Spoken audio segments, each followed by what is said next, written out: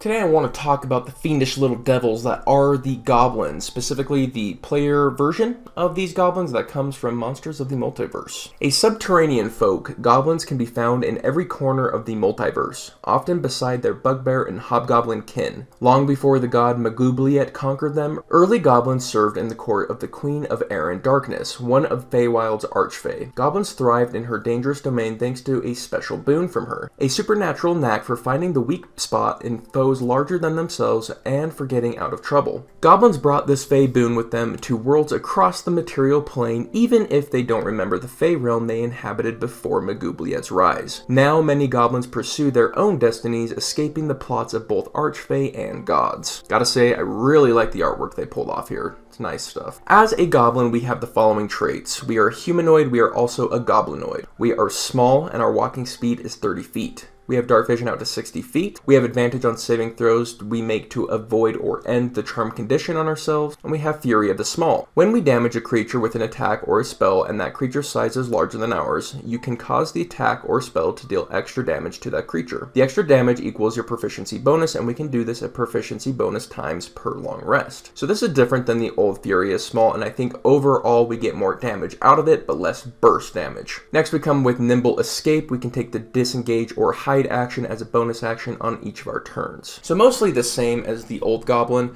We do have the little bit of different Fury of the Small, and we have resistance to the charmed condition, which is a buff. So we have been buffed since the old goblins, which is fantastic. We get a bit of Rogue's Cunning action just built into our goblin, which is pretty awesome. We don't get the dash, but we do get disengage and hide, which is pretty amazing, especially for a character who's not using a lot of bonus actions. Now, if you have a bonus action heavy class like a monk or a rogue, goblins actually don't shine there. They're going to shine where you can get a lot of use out of those bonus actions. So someone like the druid, for example, comes to mind. They have a lot of concentration spells, and so a lot of times they're going to just want to hide. They're going to want to like action, cantrip, bonus action, hide. Goblins are really fantastic at protecting concentration because they can't see you to hit you. So a very underutilized version of goblins is the concentration fight winning caster, where that's not really where you think a goblin shines, but they do very well in that situation. The cool thing about Fury of the Small is it does that extra damage whether you're doing damage with a spell or an attack, so it doesn't matter. We are flexible in what we can be. If I were to just go down the list of classes, for Artificer, it depends on whether or not you have a bonus action Artificer or just a straight action Artificer. So with the Alchemist and the Armor, you're doing pretty good with the Goblin. The other two, and not so much. Now there's Barbarian. We do have synergy with Barbarian, and we have bonus actions, but because we're small, we can't use the heavy weapons that we really want to be using as a Barbarian. So Barbarians probably aren't our best fit. Bards, we actually really shine as a bard, which I find hilarious. Like, you would think that goblins would be built to be like roguish, but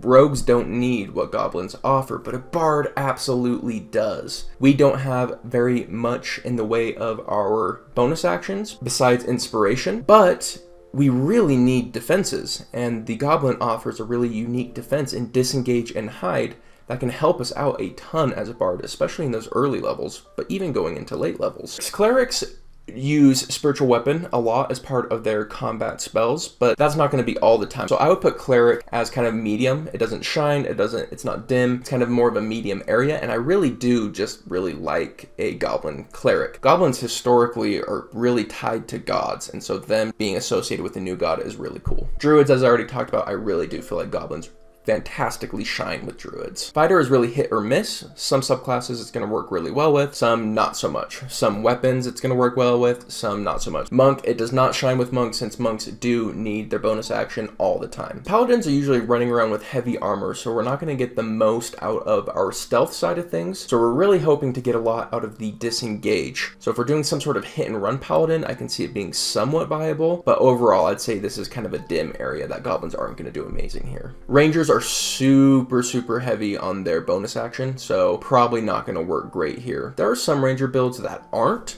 but it's very, very specific. So overall, kind of more on the dim end. Rogues, we do not shine with rogues. Rogues do what we do better. It's kind of weird because I know goblins, they should make great rogues, but it's actually not the case. They don't bring the rogue many things at all. Sorcerers, we help out sorcerers a ton. Sorcerers are also pretty squishy. They are relying on their fight-winning spells. Being able to set up a fight-winning spell and protect your concentration with hide is just so good. Warlock, we can shine quite a bit. We're not using a ton of bonus actions. Eldritch Blast, hide after setting up our fight-winning spell. Just good stuff. And Wizard, you know, we're going to be relying on our fight-winning spells. There's the Goblin. That's where Goblins shine the most. Protecting your concentration with hide is insanely good and completely underrated, and that's where Goblins are going to shine the most. So I went through every class, but I really didn't need to. What it comes down to is if we don't have a lot to do with our bonus action and we have concentration spells, using hide to protect our concentration is what's going to make Goblin go from just being an okay race to being an absolutely insane race. Like, Goblins really can be freaking good if used in that very specific instance. So this is just one race deep dive. I do a ton of race deep dives, and I'm going to do a ton more. So check out our race deep dive playlist. I also want to hear what your thoughts are on this. What would you do with your Goblin? Let me know in the comments down below. We are D&D Daily. We release new D&D content all the freaking time. So if you love D&D, this is your spot. Hit that subscribe button, and we'll see you tomorrow. Later.